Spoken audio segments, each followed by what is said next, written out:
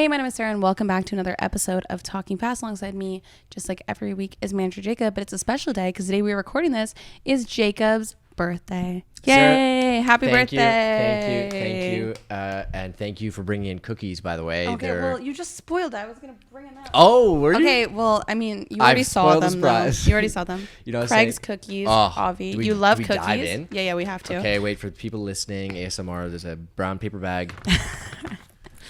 Don't tell them. It entices them to watch the full episode on YouTube. Yeah, check this out on YouTube. Whoa, there's a big box in here. Yeah, I got Clearly, I don't know how to open anything because I'm ripping. I just destroyed that bag. Okay, well, you just won't have any way to carry it. Okay, and here we go. Do you have long enough nail? Do you want me to do it? Or have you got it? The sticker came off. Little pride sticker. And I just got the mix. How good those look. I got the mixed pack, so they should all be yummy. What do we have in here? I don't know. Okay, Craig's cookies are the best cookies in Toronto, though, so go check them out. They have a bunch of locations. This is not sponsored. They're just honestly that delicious. Diving in for a bite. And my stomach's been growling because he's been sitting underneath for so long. Selfishly, that's why I bring in my favorite treats for other people's birthdays.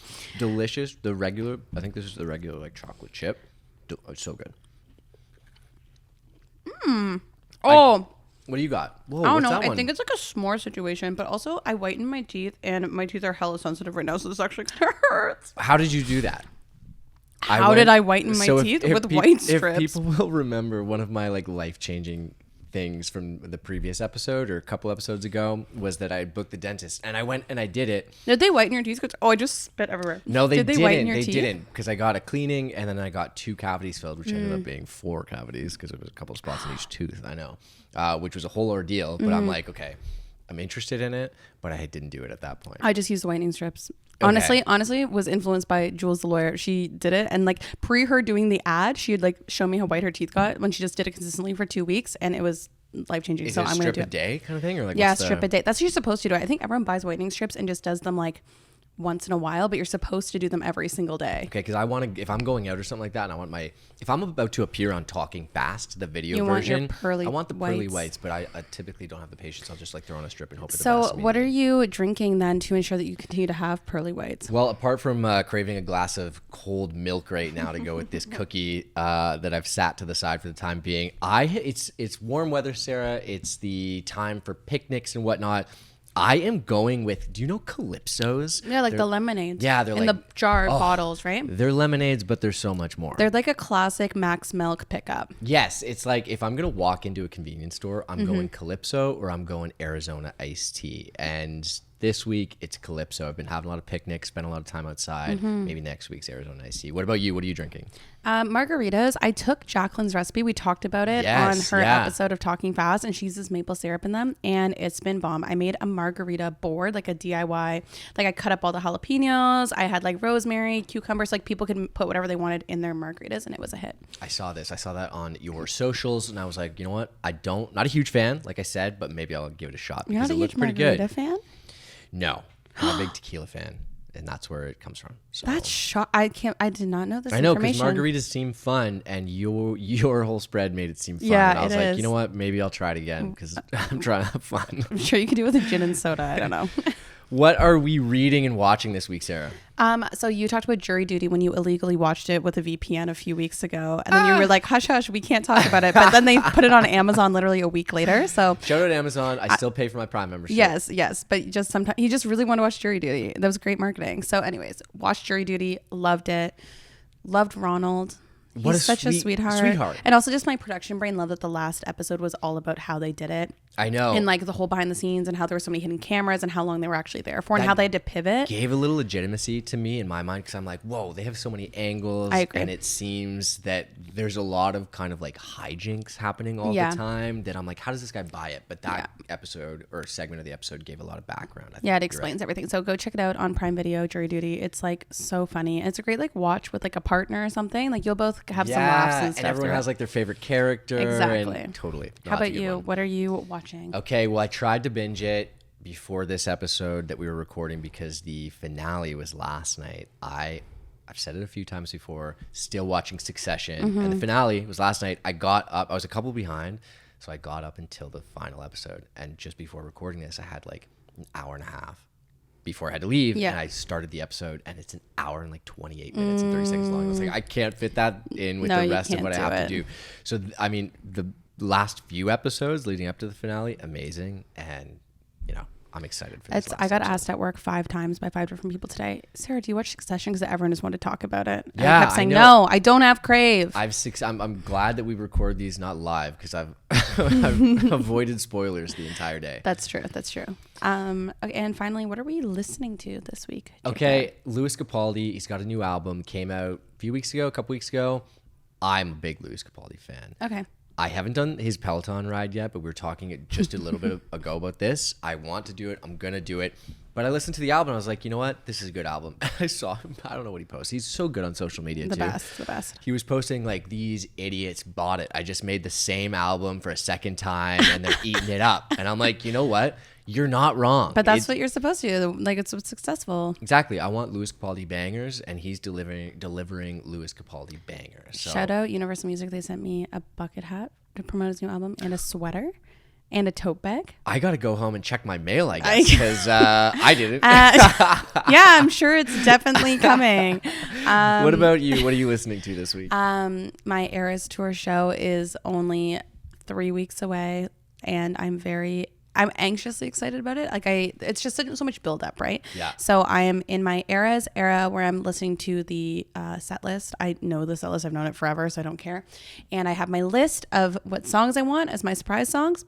And I'm just in my full Eras era, just listening to everything to make sure I still know every word to every single song. Okay, I was going to say, are you concerned about the lyrics? Well, just on songs like, I don't know, I don't listen to folklore every day. So like there's just like folklore and Evermore and like albums that came out like a couple of years ago. I'm just freshening up, but then I do know the words to every song. Like, are you singing at the concerts? Like that's what kind of the absolutely. Only when I'm not taking a video, because there's nothing I hate more than when I'm taking a video and then you can hear me screaming in the background. And that's not just you. That's anyone who's everyone. Taking. It's like the way the mic is positioned. It must exactly. be that it does no one. It does no one good. I know. So I'm gonna film. And I always have a rule when I go to concerts. My rule of thumb is I'm allowed to film, like take videos up until the first chorus, and then I put my phone away for the rest of the song, or the last chorus. It just depends on like which part of the song I actually want. So you're getting him something for the memories, but also in the moment for the majority of the song. Exactly.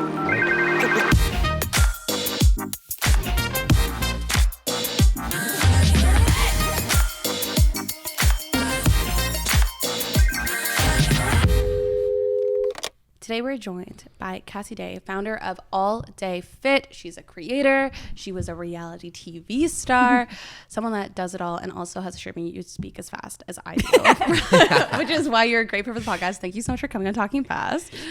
I'm so excited to be here. Trying to go nice and slow so that everyone understands me. But as we get going, I'll speed up 100 times. Well, it's a prerequisite to, I think, even come on the podcast to begin with, is to keep up, I think. Yeah, I literally have it in the bio of our Instagram saying, can you keep up? And actually, though, we've been told that people listen at 1.5 speed, which is insane.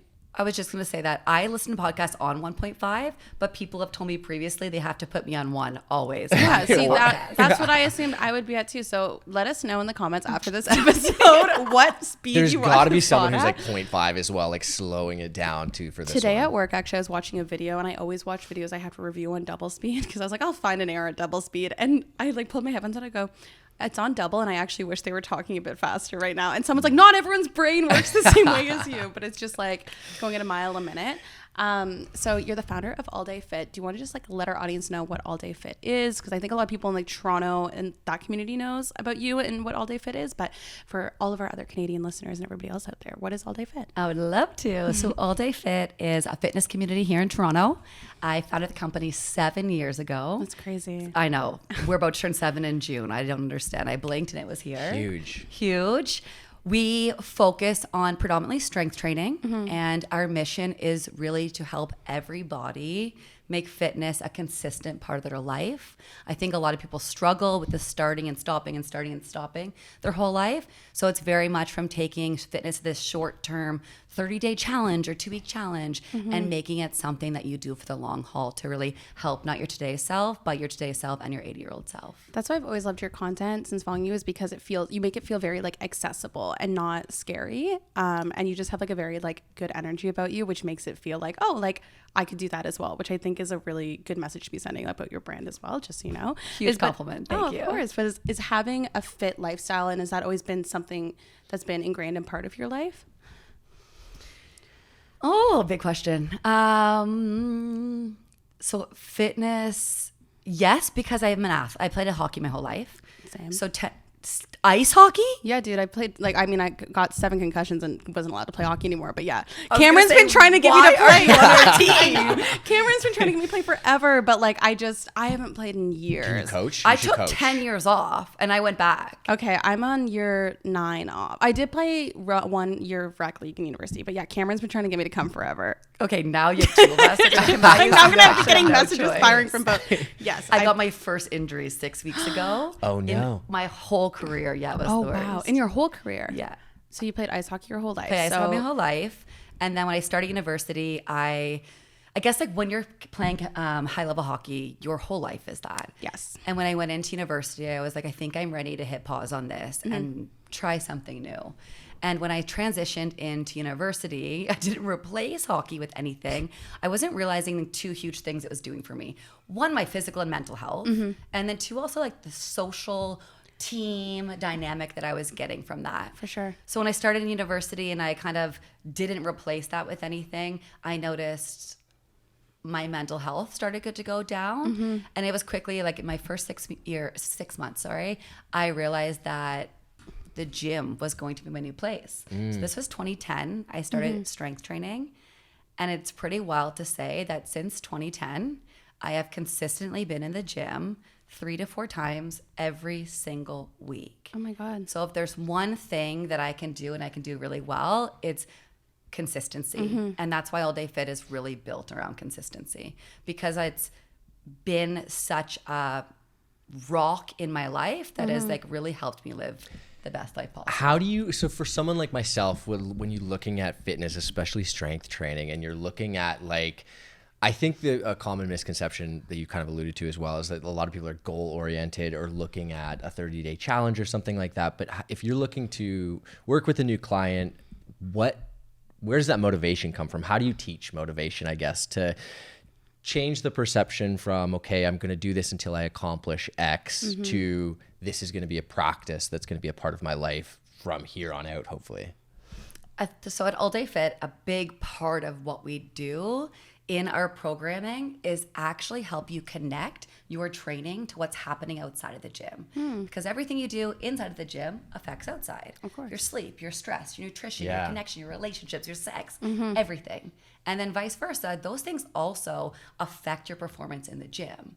So a lot of people start training for aesthetic reasons or performance or health. And at All Day Fit, we really want to help you connect those bridges to help you see how training will impact everything else in your life. And when you start to realize and connect those bridges, which we help you do, for an example, when you come to All Day Fit, you follow a program. You come in every day, you habit track. You fill in how many hours of sleep did you have, quality of sleep, your nutrition, what's your stress level. We always have a question that kind of dives into a gratitude moment. And then we go into your training. And when you're following a personalized program and you're tracking things like your sets and your weights and the things that you're learning, and you're able to connect your performance that day to what your habits were going into it, you start to paint this full circle. And when you get an understanding and a feeling for how they impact those other parts of health, you start to become addicted in a positive way. Yeah. And you shift the gears from this being a short-term thing to this actually being about how I feel every day of my life. I love that. That was a very long answer. No, that was perfect. Because I feel like most people don't talk about, like, I feel like it's so overwhelming when you want to start, when it's like, oh, you have to track this and do this and this, but it's not necessarily all done in the same, like, cohesive plan, which is really, like, promising to hear that you guys do, because it's so overwhelming. So what would you say is the biggest misconception, especially because you are like a creator online as well? What is the biggest misconception, especially I would say online, when it comes to the health and fitness space? I think this biggest misconception is that fitness is a look and not a feeling. I love that. That's true. And it's not true at all, because I know many people who are in small bodies who aren't healthy, and I know many people who are in larger bodies who are very healthy. And if we continue this narrative that fitness looks a certain way, not only is it making it very exclusive to many people who don't look that way, but it's also centering fitness around a specific look. And then as a result, when you're tied to that look, and if you're unable to achieve it, or if you do achieve it, but then you go up, down, backwards, sideways, because that's what's going to happen to physical appearance as you go through life. I completely forget the question to tie it back in. And what's the biggest misconception? No, it's the biggest misconception that it's not about, you said the biggest misconception is that it's about the look. It's fitness is not about the look, but it's about the feeling. Oh, I like that. Yeah, I love one of our lines. One of your lines. I love Which that. I think is like when I'm thinking about it as well. You're right. You mentioned this a little bit ago as well, is that like a lot of people go into their fitness journey with an aesthetic goal in mind. Which is completely cool. Yeah, which is totally fine. Yeah. But also, I think the change for me as a runner, because that was something that I started doing to take care of my mental health as well. The most important like benefit from it was the feeling like you're talking about that you get, as opposed to hitting any kind of like pace goal or like getting a certain time in a race or something like that. Is that a tough thing to not sell to people, but to kind of change their minds on? I think that it's actually the word sell is a good word to throw in there, because I think that so many gyms or fitness communities or programs, whatever it is, it's very easy to sell a quick fix. Yeah. Which you can't even guarantee or promise, but it's a sales tactic. Of course. And I refuse to do that. So at All Day Fit, I think we call it the All Day Fit journey. And it's very much when someone kind of steers away from it being the aesthetic focus, which is completely okay if it is aesthetics, but it's when you can tie into it being more, that you're there for the long haul. You just mentioned mental health, and I think aesthetics is something that people start fitness for, and like I just mentioned, it goes up, down, backwards, all around. We go through these changes in our life, and our body changes as it should. But mental health is something that's not changing. So if we can get people to realize how they can feel mentally and emotionally, like you did for running, that is something that will help keep you motivated and in the gym or running, whatever it is that you enjoy doing. Is that something that you also found, like, I know you mentioned you took off a lot of time when you went to university from hockey, and you kind of lost the community aspect around fitness as well. So now looking at being back in the gym, working with different clients, is that something that is also filling that hole for you when it comes to community? It's actually one of the reasons I started All Day Fit to begin with. So strength training is lonely. Yeah. It's very much a one-person sport. And as a hockey player, you're not used to that. No. Used to everyone in your business all the time. Yeah. Exactly. And having like a coach and team support. So when I started All Day Fit. There's actually a program within All Day Fit called Strong Academy. And it's a 6-to-1 ratio. You are with the same people every session. You have the same coach every session. So you actually start to build those connections, and it's very unique, and it kind of embodies bringing back that team atmosphere that I learned in hockey. Which I think is something that can happen to, like, I'll just go back to running because that's where my touch point is. But like, I'll run with people that can run at various different paces, but it's still like, I remember being at the end of like a 10K race recently. And even though everyone's kind of finishing at different times, you're all there cheering for each other and like watching each other achieve the certain goals and whatnot. Of finding community within individual sports. So I think that's just to say that I think that's a great way to think. Well, even like when you like open talking about All Day Fit, you use the word like you're a fitness community, like first and foremost with it, which I think in itself is a lot more inviting than, I don't know, when you hear like this program or this like 8-week thing and that like get toned for summer, blah blah blah, like all of those things. Like the idea of community means that you like look out for each other, and that you like, and even using the word journey, I think it's very intentional the way you guys that using the proper words that then make it more accessible for everybody else. Yeah. And how important is community when it comes to something like accountability as well? So we could touch on this a couple times. People start fitness because it's extrinsic motivators. So things like aesthetic, performance, health, but they actually stay in fitness because of intrinsic motivators. Community, how you feel. What else comes under there? Community, how you feel, enjoyment, all those different things. So when it comes to actually finding some things that's sustainable and you stay accountable to, it really is those intrinsic motivators that are so important. I think one of the most important pieces of fitness, or even just in general, becoming fit or healthy or whatever that looks like for you, it's putting yourself in an environment. What's a saying? You're like the people you spend the most 5 people. Yeah, you spend. You're the average of the 5 people you spend the most time. Nailed it. Look at that. Good teamwork, guys. So when it comes to fitness, it's that same idea. Yeah. If you want to be consistent in the gym, if you want to go to sleep 8 hours and eat healthy foods and do all those things, and you're struggling to do so, put yourself in an environment with people who are doing those things.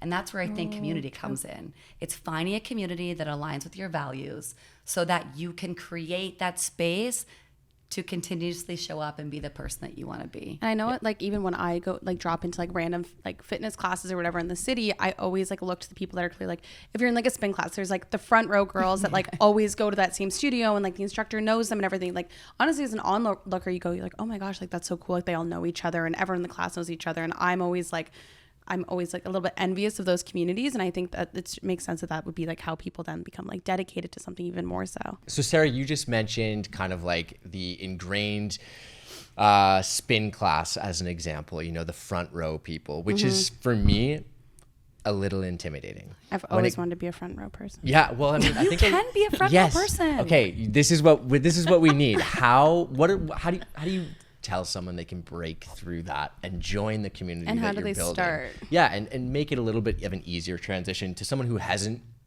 done any kind of fitness training at all but wants to start this journey. It's tough in a spin class because it's a dark room. You go in and you leave. But that's why we try to create a different atmosphere at All Day Fit. I can speak to my experience at All Day Fit because I focus on community. And again, you see the same people every day. You're greeted by name. You are assigned what we call a lane partner. So you train next to the same person every day, the same people on the sides outside of you. So it creates that atmosphere where you can make like-minded friends. You're welcomed by name. We have a question of the day. So I think that if community is an important part to you, finding a space, whether if you're in Toronto, All Day Fit, shout out, come.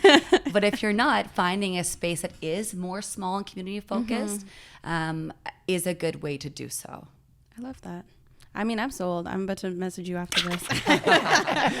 Along with like being a 7-year founder of this fitness community content creator, you also found yourself on The Amazing Race Canada with your partner, which is like, I'm sure just like the craziest journey ever. So tell me, how did that come to be? Because like, I'm always so curious how people end up on reality television shows. Best time of my life. I love that. So I applied 3 years in a row. Finally got on. Basically, first year I didn't get an interview. Second year we made it through the interview process but didn't get on. And then the third year we got a call. And then COVID happened. So we went on a 2-year hiatus. Oh, wow. Basically within that time, all of my friends were having babies. And I was like, should we have a baby? Should we not? And literally the reason I chose not to was because I knew there was a hope that we were going to get on the race. No that way. would eventually happen. It wasn't worth you're like, my kids will be better off after that, when mom has all these cool stories about when I went on The Amazing Race. That was like definitely part of my thought process. Imagine telling your children we're on an amazing race together. Oh my God. So then we ended up on the show. We found out in February. We had to be on set in April. At this point, I couldn't tell my company. So there's 10 members of my team. I was able to tell my head of operations. So that was good. Yeah. Basically, I'm also an ambassador for Adidas. So I had to come up with a story to tell my team of why I was going off the world for 4 weeks, because no phone, no computer, no connection to anyone. So basically, I told my entire team that I was going to be training a high-profile celebrity through Adidas. So it makes sense a little bit. Oh. They all thought it was like Beyonce. I'm like, imagine it was Beyonce. Well, I guess like Adidas, that would make sense. I know. They were going through all the rosters of athletes for them. And I wouldn't be able to contact them for 4 weeks. And then we... Good cover. It works. So, yeah. But the thing is, we thought... So my partner's name is Jameek. We thought that they wouldn't notice he was gone. They're like, one weekend, they're like, where's Jameek? Why don't we hear from Jameek? I was like, okay, that lie started to unload a little bit. Did any of them suspect it? One of my coaches, Jack, she did know that I had applied a couple years before. Oh, true. So she kind of put it together a little bit, but she didn't call me out. Yeah, it's not like she's going to go online and be like, by the way, Cassie's going to be on The Amazing Race. So what was like the biggest takeaway from that experience? It's okay to fail. Oh, that's really cool. I love that. I went into the race actually thinking that we would win. Like easily. But I feel like everybody goes into everything thinking that they're going to win. Like I feel like if you're not going into that show thinking you're going to like win, then why are you? Yeah, exactly. But like I really thought we were going to win. Yeah. And then we were so bad. So like we first leg crushed it. Every leg after that, terrible. It was a struggle. It was a struggle. We're the first team to ever be eliminated twice. Oh, we got eliminated twice. We got eliminated, and then we got brought back on because teams got COVID. And then we got eliminated again. Oh, wow. So you were like, this is our chance. This is what it's meant to be. Now we're meant to win it. Big story. Would you play again? I would do it 100 times over. Yeah. I planted the seed in the producer's head so many times being like, if you want us back next year, little comeback, the little comeback season. Would you ever go on any other type of reality television show? I don't know many other race like that like enticed you. I have been watching my whole life. Oh. It's always so I've watched every season. It was like my family was super into it. Everything about it. I'm a huge traveler. I've been 35 plus countries. So the part about traveling with activities, like one of my favorite things to do is to take people on their first, which is why I run retreats, taking people to new countries and do new things they wouldn't typically do. This show is basically a competition of doing exactly that, but for myself. So yeah, I loved everything about it. What was the hardest challenge you had to do? Honestly, every challenge was hard. Like, here's an example. There were 100 goats running around. There were 10 teams who had to chase down the goats wearing the bandana with our color on it, add up the numbers from the bandana. Well, imagine 10 teams chasing 100 goats at the same time. Yeah, so you can guess where those goats are going. It's a little chaotic, yeah. All the goats look the same. You can't tell which bandana you already counted. They have doubles of the numbers. No. Oh my So like God. we thought we had 71. We didn't know there was 2 71s that were out there. 2 goats that looked the exact same. One of the goat's bandanas were flipped upside down. You couldn't see his number. My fiance had to tackle the goat to flip the bandana. There's on national television, he's landing in goat shit, falling on the ground. So it's like hard to say what was hard because everything just ridiculous. Yeah, like so it's not like it's like, oh, you're gonna go climb a rock wall. And you're like, oh, well, we like own a gym, like we're fit, like we'll be able to do it. It's like no, it's like things that make it a little bit like more seem a little bit more under your control, I guess, and make it, I guess, more of an even playing field for everybody else. Wow. So if you're on the fence about applying for The Amazing Race, though, you've got do it. Like hundreds of people DM'd me asking for help, so I feel like I'm gonna know like half the cast this year. Oh, or at least that's so what I'm good. predicting. That's so cool, though. I love that. It would be cool to know someone. Yeah, it was the best experience. Would you ever do it? I mean, don't you have to drive stick on The Amazing Race, or is that a misconception? That's what will do it for you. You're like out. You're a hard out. If don't you have to know? Don't you have to know how to drive stick? Isn't that like one of the things? They say you should know how, just in case. I don't know how to drive stick, and I don't know who my partner would be. I think that's the hard. My like partner Nolan and I wouldn't make our relationship past episode 1. We couldn't. I don't think we could do it. I don't really Sarah, know. I don't know. You got a co-host over here like that. Do you think we could do it? We probably win. If there's a producer watching right now, hit us up. Talking fast, Amazing Race, running fast. I could do it. I think I would. I don't know. I think I'd do it. You know what though? I can't drive stick either. We'll learn. You're good. You'll learn. or that's part of the experience. I watched the episode of The Kardashians this week, and Kylie learned how to drive stick. Can't wait to get caught up. Yes, I always say that I want to do Survivor is like my big, even though that one's like difficult. Survivor is like the reality show. Yeah, that's the same one. For the same reason, because I watched that with my family growing up. That was like the show. I feel like it's on like season 1000. 1003, actually. At least. No, it's on season 4. They just finished 45. That's a lot. It's like The Voice. The Voice has like 40 seasons Which already. Is and the show's been on for 10 years. I love The Voice. I cry every episode. I know. I always end up with the compilations on TikTok.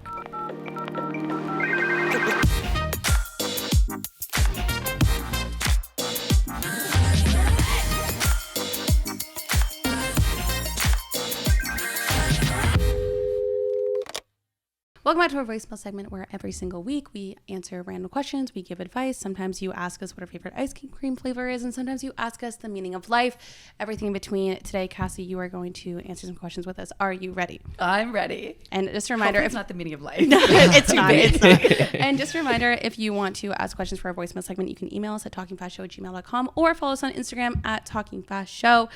Jacob, you've got the first question. Yeah, right? It's not a meaning of life question, but I think it's a good one. What is your favorite rom-com? Okay, this is the thing. I'm a rom-com girly, love a rom-com, but I have different rankings of them. Like my favorite one just to watch like on an airplane is Letters to Juliet, but it's not a good rom-com necessarily. I have no idea what that is. It's with Amanda Seyfried, and she goes to Verona and she finds this letter in the wall, and then she mails the old lady, then the old lady's trying to find love, and it's very cute, and it's like, and it's just, you have to, it's set in Italy. You should watch it before you go to Italy. Watch it on the plane. I'll check it out. It's amazing, but it's like a cheesy, like not great one, but I love it. You know what I mean? Like those ones that are just like mindless watch. There's Juliet. My favorite maybe of all time might be Notting Hill though. Okay. Yeah, because it's set in London and it's Julia Roberts. You can't go wrong with that. Hugh Grant. He was there too, but I was there for Julia Roberts. How about you? What's your favorite rom-com? You know what? Does this count? Oh wait, I have a third one. Also, go ahead. Crazy Stupid Love. With Steve Carell and what's his name? Emma Stone and Ryan Gosling. And that, you were about to say that guy about Ryan Gosling? Yeah. Ken? Yes, Crazy Stupid Love. Those are my top 3. That one has a twist too. What a twist. Okay, well, don't say it has a twist because what if someone hasn't watched it yet? They all have twists. Mine, does this count? Wedding Crashers. Oh. Does it count? I guess there's romance and there's comedy, I guess. He's trying to fall in love the whole time. I will rewatch Wedding Crashers I think I've watched that once ever. Really? At least once a year for me. Once a year? Yeah. Do you plan on crashing some weddings? Like, what's the vibe? You know what? I think that I would have so much fun crashing weddings, and I don't think I would be thrown out. Because I crashed a wedding in this past summer because the wedding that I was at, that wedding ended. Whose wedding? Maddie and John's wedding. Their wedding ended, and then the wedding downstairs hadn't ended yet. They had kicked us out of our banquet hall. So we all walked in, and then the bride recognized me from TikTok. Oh, really? So you stayed? I tried to, but then they kicked me out anyways. Okay, that's what I was gonna say. I know, she didn't kick me out. The security kicked us out. Yeah. What I was gonna say is like, there's the lull. You know the lull of when all the old people leave a wedding and the dance floor kind of clears out a little bit. Yes. I would bring the energy back. So I would wait for that point to insert myself into the wedding, but otherwise I'd be trying to be respectful. It's an important part of the wedding, so they probably wouldn't kick you out. That's what I'm hoping for. They need that person. I would be flattered if someone crashed my wedding. I wouldn't be offended. Like if it was someone that's fun and has good energy, I'd be flattered. Yeah. What about you? Do you have a favorite rom-com? Okay, I don't have a favorite movie specifically because right now I'm very much into series. And the current one I'm watching is Emily in Paris. Oh, I love Emily in Paris. For the second time. I love Emily in Paris. I've watched it twice too. Yeah, no it's shame. So good. It's so good. And I used to live in France for a year. So I feel like I'm just like back in myself. That's my favorite. I love Emily in Paris. It's the perfect amount of like cheesy but good and just like mindless TV. Well, yeah, definitely mindless. With attractive men. So it's a win-win for everybody. Our next question, it was kind of addressed to Jacob. You had the first time that someone addressed you a question. This is a huge step for me. It's a big deal. It said, Jacob, you're running marathons, which is amazing. Any advice for a non-runner where to start? But I figured we could all answer this. You know what? We kind of touched on it, I would say, like at the beginning of this episode, is that like, if you're just starting to get into running, you can set a lofty time goal, which I think for a marathon is like probably the worst thing you can do, is just like listen to your body, I would say is like the most important thing when you're just getting into running. A, you don't want to get injured. B, running is something that I find hard for a lot of people to get into and enjoy. So not trying to overwork your body and like training within what your current limitations are is important. And then the third thing is probably community, is finding people to run with that are going to keep you accountable to be able to, get the mileage that you want or need to be able to take on a big race if you are shooting for a marathon or like a smaller distance or something like that. But then also it's just more fun to do hard things together. Good fun. What's your run club called that you started? Good Run Crew. Good Run Crew. You started a run club? Yeah, just 2 days ago, or 2 weeks ago. 2 weeks ago, yeah. It's very small. It's very small, but if you want to run. But if everyone wants to run, Good Run Crew. Where do you run out of? All over the place, actually. So mostly downtown, but like we're trying to just run out to coffee shops and have just a little, community. I will moment eventually join, that. but I gotta go on some runs by myself first. I can't just make my first run be with you guys. You run like 5.5K your first time. I haven't ran since. Well, you could we'll do 2K with you. Do the end 2K. I don't know. I also am too competitive, so running with other people, I'll just I won't slow down. So I gotta do it by myself a little bit. Do you have any? Are you a runner? It's funny. I'm not a runner. I lift heavy shit. Deadlifting 200 to 300 is my jam. But at All Day Fit, we have a run club. It's called RAD. And I also decided to join as a spontaneous one-off a couple of weeks ago because our head coach, I just wanted to be there to support her. Of course. Yeah. And I was like, okay, I'll do the run to walk pace. Yeah. And I'll just do the 5K. And no, I did the 8K with the FAST crew. Yep. And then I couldn't walk for actually probably 6 days. And but that would be me. I do the same thing. I would just be I wouldn't know how to I'd be like, yeah, I'm fine. And then in the moment, power through it, the adrenaline, a little I don't know, Tasmanian devil would get me through it, but then I would be dead for a week straight. Maybe a month. Throw back to my first comment of maintain your training load to something realistic. To not. It's hard to do when you're in the environment. It's hard. Yeah, and that's what I would struggle with as well. Sure. Do you want to? Yeah. Voicemail question number 3 here. What is your favorite summer activity? We got warm weather now. We're spending a lot more time outside. What do we got? Spike ball in the park. Oh, that was my answer. Clearly, we're gonna have to play spike ball in the park. Spike ball in the park is the best one. And if you don't know what spike ball is, you need to go buy a kit. There are people that don't know, so I'm just gonna do a quick disclaimer to go buy a spike ball kit. It's like volleyball, but you hit it into a net that's on the ground. Super easy to travel with, and it's such a fun summer game. And it's really fun when you go to Stanley Park or anywhere downtown. There's always other people playing, so sometimes you can play against each other. Spike ball in the park is my favorite. I was at Woodbine yesterday, and there were probably 6 different groups of people playing. My friend group and I went to Cuba over New Year's, and there was we were actually shocked at how many spike ball sets we saw.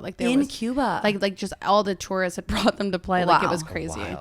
But spike ball in the park. What about That's you? my answer. Yeah, 100% spike ball in the park. I was gonna throw back to an outdoor activity. I'll say volleyball. Okay. I'm excited to get back into the volleyball OG on the beach. volleyball, the grandmother of spike ball. Yeah, exactly. Oh, I guess I play beach volleyball. I should have said that too, but. Whatever. That's fine. Yeah. There's a league on Thursday nights that's spike ball down on the beaches. I've really? Thought about joining. Yeah. No way. Your team's a 2 or 3 Thursday nights. Oh my God. Wait, my friends are not going to, we can't let my friends know that. They're just going to want to join this league. They wanted to join a tournament one time. And I was like, guys, I don't think we're tournament level. You're self-note for you right now in the edit to cut this out. They can't hear it. They don't listen to this anyways. This is how I'll know if they listen actually. How I'll know if they listen is if they find out that there's a spike ball league or not when they talk about it on volleyball on Wednesday. Thank you so much for joining us on Talking. Thank you so much for joining us on Talking Fast today. Sorry. We give you a moment to shine at the end of every episode. You get to leave the audience with a piece of advice, where they can find you on social. It's like what they do on Hot Ones. You just look at the camera and you tell them whatever you want. Wow. It's your moment to shine. So what would you like to tell the audience? I want the audience to walk away from to summarize our chat about fitness is a feeling, not a look. And to find yourself a community so that you can embed consistent training into your life. And if you're looking for one, alldayfit.co on Instagram, the company that founded, is the place to do so. We run programs both virtually and in gym. So if you're not located in Toronto, you can also be a part of our programs. They run 2-way live coaching over Zoom.